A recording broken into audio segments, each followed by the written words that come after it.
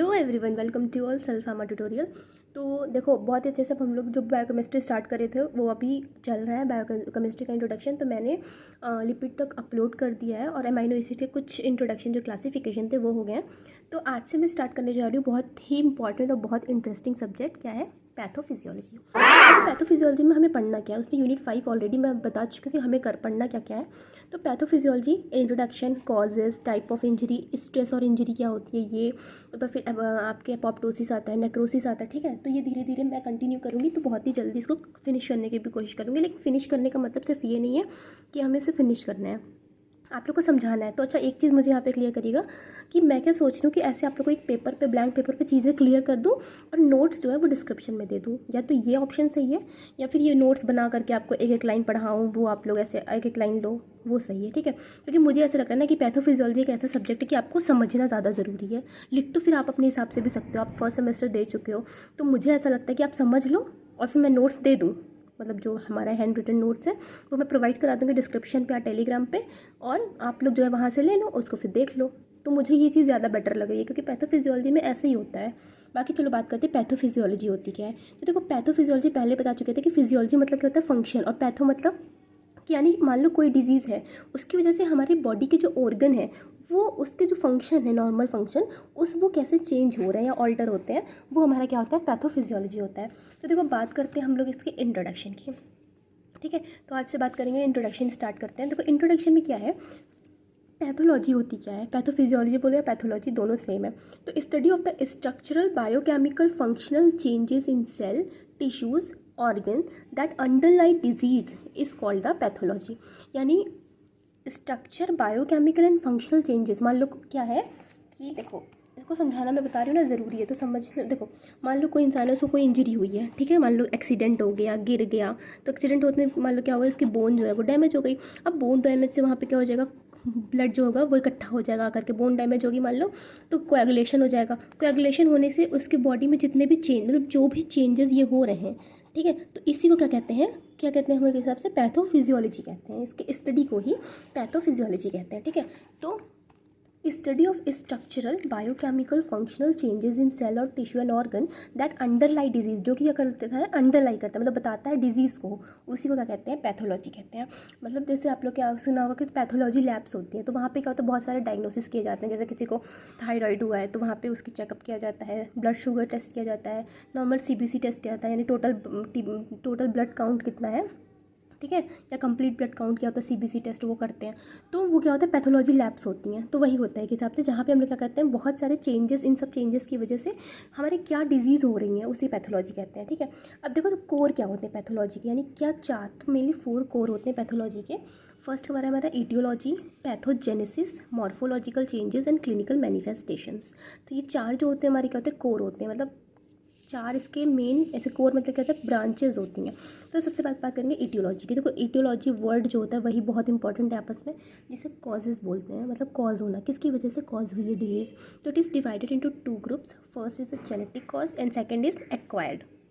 तो genetic cause होता है और क्या होता है, एक्वायर्ड कॉज होता है। अब जेनेटिक कॉज क्या होता है, जेनेटिक मतलब ये होता है कि जीन से रिलेटेड, ठीक है, और या फिर जो मम्मी पापा से जीन वाइज हमारे में आ रहे हैं, वो क्या होता है, जेनेटिक कॉज होते हैं।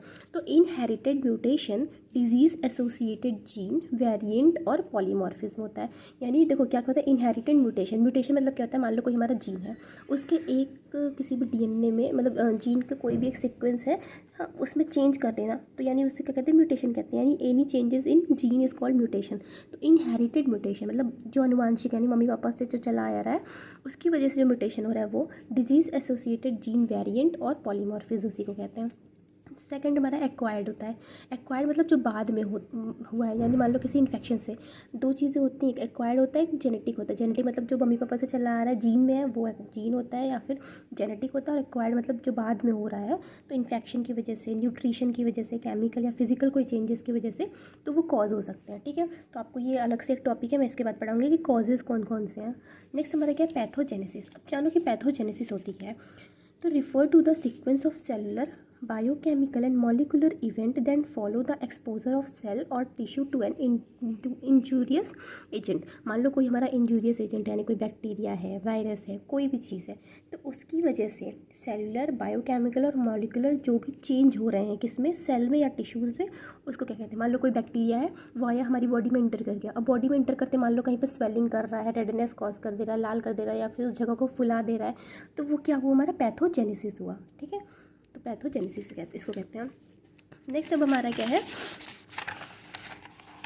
Morphological changes. तो मॉर्फोलॉजिकल देखो क्या होता है, चौथा हमारा मॉर्फोलॉजिकल है कोर में। तो मॉर्फोलॉजी मतलब होता है कि बाहर से स्ट्रक्चर का चेंज करना। तो वही बात हुई कि मान लो कुछ आया बैक्टीरिया, वो अगर उस जगह को क्या कर दे रहा है, फुला दे रहा है, तो हमें पता चलेगा कि प्रॉब्लम हमारी उसी एरिया में है। ठीक है, तो स्ट्रक्चरल अल्टरनेशन इन सेल और tissue that are either characteristic of the disease और डायग्नोस्टिक ऑफ इटियोलॉजिकल प्रोसेस, जिससे हमें क्या पता चलता है कि हम उसकी डायग्नोसिस करते हैं उसी जगह की, तो उसको क्या कहते हैं, मॉर्फोलॉजिकल चेंजेस कहते हैं। नेक्स्ट हमारे क्या है, functional rearrangement and clinical manifestation.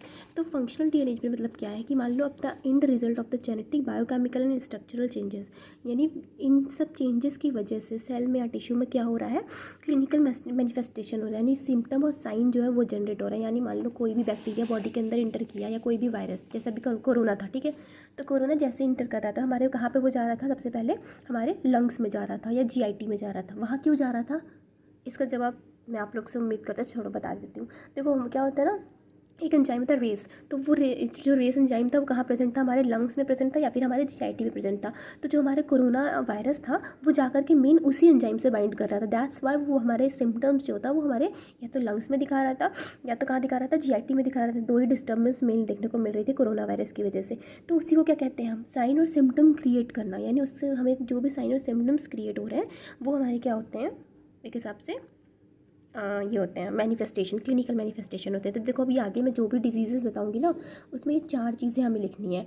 Aetiology लिखना है, उसकी पैथोजेनेसिस लिखनी है, वो कैसे कॉज हो रहा है, पैथोजेनेसिस मतलब कैसे कॉज हो रहा है, मॉर्फोलॉजिकल चेंज क्या हो रहा है, और लास्ट में क्लिनिकल मैनिफेस्टेशन। बस ये 4 पॉइंट हमें लिखना है हर डिजीज़ में। ठीक है, इसीलिए मैं इंट्रोडक्शन में इनको बहुत ही ब्रीफली बता रही हूँ। चलो आगे देखते हैं क्या है। आपका दूसरा पॉइंट इसमें है कि कॉजेज ऑफ सेल इंजरी। देखो अच्छा, इसमें एक चीज़ और है कि कंपोनेंट पूछा और होम्योस्टेसिस आपके सिलेबस में है। तो मैं आपको इस जो कंपोनेंट और होम्योस्टेसिस का वीडियो है वो मैं लिंक में आप लोग को शेयर कर दूँगी, क्योंकि मैंने HAP फर्स्ट जो था आपके फर्स्ट सेमेस्टर में वहाँ पे उसको क्लियर किया है। तो आप वहाँ से देख लेना उसको, अगर नहीं क्लियर है तो बात करते हैं किसकी, कॉजेज और सेल इंजरी की। तो देखो ऑक्सीजन डेप्रीवेशन, कॉज मतलब नॉर्मल क्या कह रहा है कि मान लो कोई भी इंसान है उसको कैसे सेल इंजरी हो सकती है। ठीक है, इंजरी मतलब होता है चोट लगना। मान लो कोई भी उसकी सेल कैसे होगी, इंजरी होगी फिर वो सेल डेथ होगी, तो कैसे हो सकती है ये बात करते हैं। तो सबसे पहला इसमें है ऑक्सीजन डेप्रीवेशन। डेप्रीवेशन मतलब कमी होना। ठीक है, तो हाइपोक्सिया, आपके 1-2-3 टर्म आएंगे आपको पैथोफिजियोलॉजी में, उसको याद करना जरूरी है। एक होता है हाइपोक्सिया। हाइपोक्सिया मतलब ओ से याद रखना, ऑक्सीजन की कमी होना। तो reduce oxygen is important and common cause of the cell injury and cell death. ठीक है, तो cause of the hypoxia reduce blood flow. तो अगर हाइपोक्सिया है, मान लो हमारा ऑक्सीजन का मेन फंक्शन क्या होता है, हाँ ऑक्सीजन का मतलब ब्लड कौन सप्लाई करता है, ब्लड जो है वो क्या सप्लाई करता है, ऑक्सीजन सप्लाई करता है।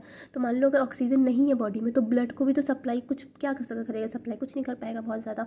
तो अगर नॉर्मल हाइपोक्सिया आएगा मान लो किसी इंसान को, हम यानी रेड्यूस उसमें ऑक्सीजन, तो ऑक्सीजन की कमी होने की वजह से क्या होगा, उसका जो ब्लड फ्लो हो रहा है वो भी कम हो जाएगा, यानी इसको इस्कीमिया हो जाएगी। तो less oxygen to blood due to cardio respiratory failure. मान लो किसी का कार्डियो रेस्पिरेटरी फेलियर है तो उसकी वजह से क्या हो जाएगा, बहुत ही कम ब्लड जो होगा फ्लो हो पाएगा, तो प्रोड्यूस अ डिफरेंट इंजरी और डेथ ऑफ सेल। तो पहला हो गया ऑक्सीजन, तो 2 चीज़ हो गया, या तो अगर उसको हाइपोक्सिया है तो उसको इस्कीमिया भी हो जाएगी। इस्कीमिया मतलब ब्लड फ्लो का कम होना। ठीक है, नेक्स्ट हमारा क्या है, फिजिकल एजेंट। अब फिजिकल एजेंट में क्या है, देखो मैकेनिकल ट्रामा, मान लो कोई इंसान का एक्सीडेंट हो गया तो वो गिर गया, तो वो एक्सट्रीम टेम्परेचर, एक्सट्रीम वर्ड लिखना ज़रूरी है, ये नहीं कि नॉर्मल टेम्परेचर नहीं, एक्सट्रीम यानी बहुत ज़्यादा जल रहा है या बहुत ज़्यादा ठंड है, तो इसकी वजह से भी सेल डेथ होगी, रेडिएशन की वजह से या फिर इलेक्ट्रिकल शॉक की वजह से। केमिकल एजेंट्स में हमारे कौन से आ जाएंगे, ग्लूकोज और सॉल्ट आ जाएगा। मान लो अगर बहुत ज़्यादा हो गया ग्लूकोज किसी बॉडी में तो डायबिटीज़ वगैरह हो जाएगी, बहुत से प्रॉब्लम होगी। Oxygen and high concentration, oxygen अगर तुम्हारा हाई कंसनट्रेशन में तो वो भी प्रॉब्लम करेगा, कोई भी चीज़ अगर ज़्यादा होती है तो वो प्रॉब्लम करती है। ठीक है, तो trace amount of the poison arsenic cyanide cause the cell death. And air pollutant हो गया, बहुत सारे इंसेक्टिसाइड हो गया, हर्बिसाइड हो गया, ये भी क्या करते हैं केमिकल एजेंट्स में आएंगे। तो आपको ऐसे क्लासिफिकेशन जो है ना, ये मतलब जो कॉजेज़ है इसको आपको ऐसे मतलब बहुत ही अच्छे से ऐसे नॉर्मल वो करके लिखना है। तो अब बात करते हैं किसकी, इन्फेक्शियस एजेंट की। तो इन्फेक्शन में बैक्टीरिया आ जाएगा, फंजाई आ जाएगा, पैरासाइट्स आ जाएंगे। जेनेटिक रीअरेंजमेंट में क्या आता है, genetic abnormality due to extra chromosomal as a Down syndrome. आप लोग डाउन सिंड्रोम पढ़े होंगे 12th क्लास में, तो क्या होता है उसमें जो एक्स्ट्रा क्रोमोसोम मटेरियल हो जाता है उसकी वजह से क्या होता है, डाउन सिंड्रोम होता है। Empire of the amino acid sequence, इसे सिकल सेल एनीमिया कहते हैं। तो आपके जेनेटिक में आएगा। कोई भी एंजाइम डिफेक्ट हो गया या म्यूटेशन हो गया, accumulation of the damage DNA और मिसफोल्ड ऑफ द प्रोटीन, तो इन सब की वजह से क्या हो जाएगा, सेल डेथ होगी। एंड द लास्ट हमारा कौन सा है, न्यूट्रिशनल इम्बैलेंस। तो न्यूट्रिशनल इम्बैलेंस में क्या होगा, जैसे मेजर कॉज जो होता है ऑफ द सेल इंजरी जो होती है वो हमारी न्यूट्रिशन होता है। न्यूट्रिशन मतलब हम जो खा पी रहे हैं, ठीक है। मान लो तुम प्रोटीन कम ले रहे हो तो तुम्हें क्या हो जाएगा, प्रोटीन कैलोरी डेफिशिएंसी हो जाएगी, जिसकी वजह से सेल डेथ हो जाएगी। जिसे क्या कहते हैं, कुपोषण हो गया ऐसे बोलते हैं ना, तो नॉर्मल। फिर विटामिन डेफिशिएंसी हो गई उसकी वजह से।